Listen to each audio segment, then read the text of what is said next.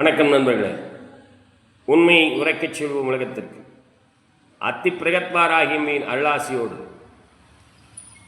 ஆடி மாதத்தில் தனுசு ராசிக்கு என்ன பலன் நடக்கும் என்பதை பார்க்கலாம். வாங்க.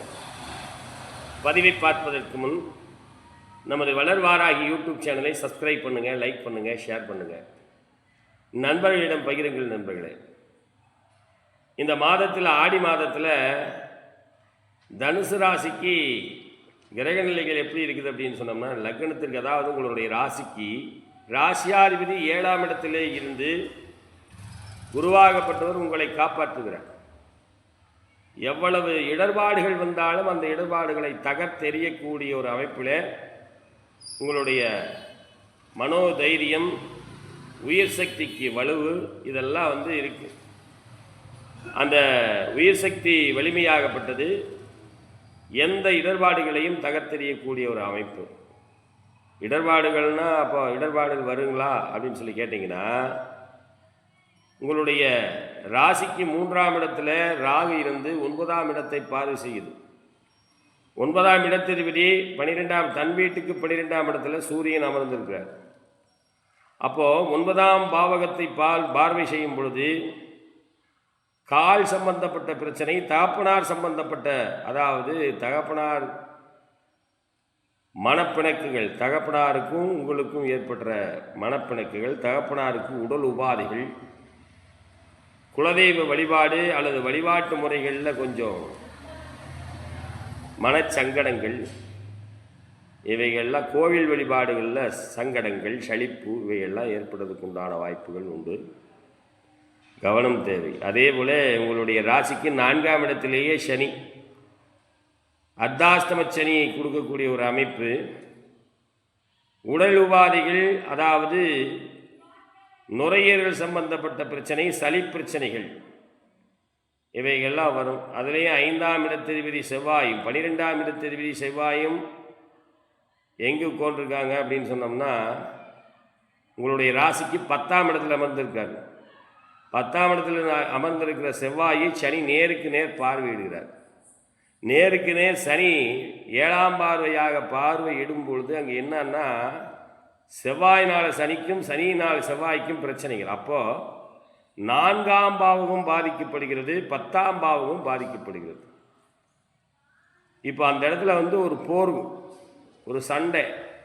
அப்போது சாப்பிட்ற மாத்திரை மருந்துகள், வழக்கமாக சாப்பிட்ற மாத்திரை மருந்துகள் கூட சில நேரங்கள் செல்லுபடியாகாமல் போவதுக்கு உண்டான வாய்ப்புகள் உண்டு. மிகச்சரியான எந்த நேரத்தில் சாப்பிட்றீங்களோ அந்த நேரத்தில் சாப்பிடணும். லகுவான உணவுகளை உட்கொள்ளணும். கடினமான உணவுகளை உட்கொள்ளக்கூடாது. ஜீரண கோளாறு வரும், கால் வலி வருவதற்குண்டான வாய்ப்புகள் உண்டு. பொருளாதாரத்தை பொறுத்தளவுக்கு பொருளாதாரத்தில் பிரச்சனை இல்லை. அதே போல் தொழில், உத்தியோகம், வேலை வாய்ப்பு, வரக்கூடிய வேலை எல்லாமே சிறப்பாக வரும். ஆனால் செய்வதற்கு உடல் உபாதைகள், உடல் ஒத்துழைப்பு செய்யாது. தாயார் வகையில் பிணக்கு, தாயார் வகையில் தாயாருக்கும் உடல் உபாதைகள் வரும். தாயாருக்கும் ஜாதகருக்கும் தனுசு ராசிக்காரங்களுக்குமே பிரச்சனைகள், சங்கடங்கள், சலிப்பு. தாய் தகப்பன் 2 பேர்த்துக்கிட்டையுமே பெரிய அளவுக்கு ஒரு ஒற்றுமை உணர்வுகள் இருக்காது. கருத்து வேற்றுமை இருக்கும்.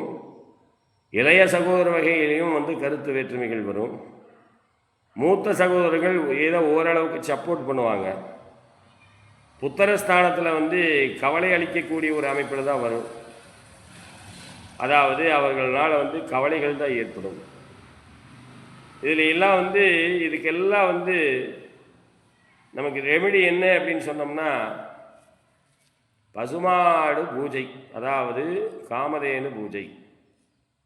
காமதேனு பூஜை பண்ணணும்.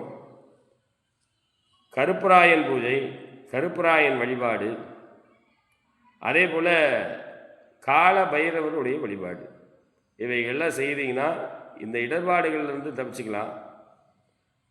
எங்களுக்கு எந்த கோயிலுக்கு நம்ம போகிறதுக்கு இஷ்டம் இல்லை, இல்லை போக முடியாது, சந்தர்ப்ப சூழ்நிலை இல்லை அப்படின்னு சொன்னால் கூட, பக்கத்துலேயோ அல்லது உங்கள் வீட்டிலேயோ இருக்கக்கூடிய பசுமாட்டுக்கு தீவனங்கள் வாங்கி கொடுக்கலாம், அகத்திக்கறி கொடுக்கலாம். இதெல்லாம் செய்யும் பொழுது எத்தனை இடர்பாடுகள் வந்தாலும் அத்தனை இடர்பாடுகள் தகர்த்தெறியப்படும்.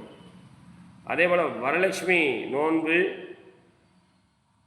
மகாலட்சுமி வழிபாடு வெள்ளிக்கிழமையில் மாலை வேளைகளில் அதாவது உங்களுடைய இல்லங்களில் பசுமாடு, அதாவது பசுமாட்டு நெய், பசு நெய் வாங்கி விளக்கேற்றணும்.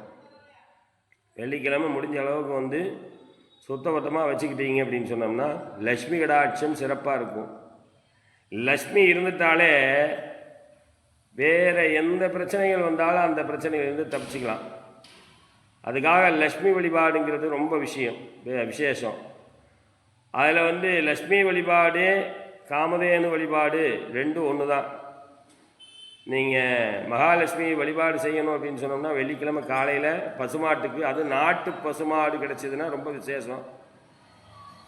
பசுமாட்டுக்கு தீவனங்கள் வாங்கி கொடுக்கறது, அகத்திக்கீரை வாங்கி கொடுக்கறதெல்லாம் வாங்கி கொடுத்தீங்கன்னா அந்த பசுமாடுடைய அனுக்கிரகம், ஆசீர்வாதம் அது மட்டும் வாங்கி கொடுத்துட்டு மட்டும் பத்தாது.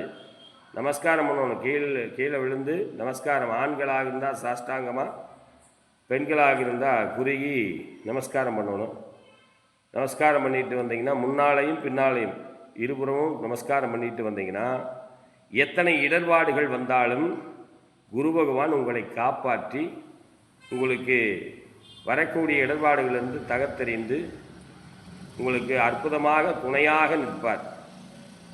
நன்றி, வணக்கம், வாழ்க வளமுடன். செய்து பாருங்கள். ஜெய் வாராகி.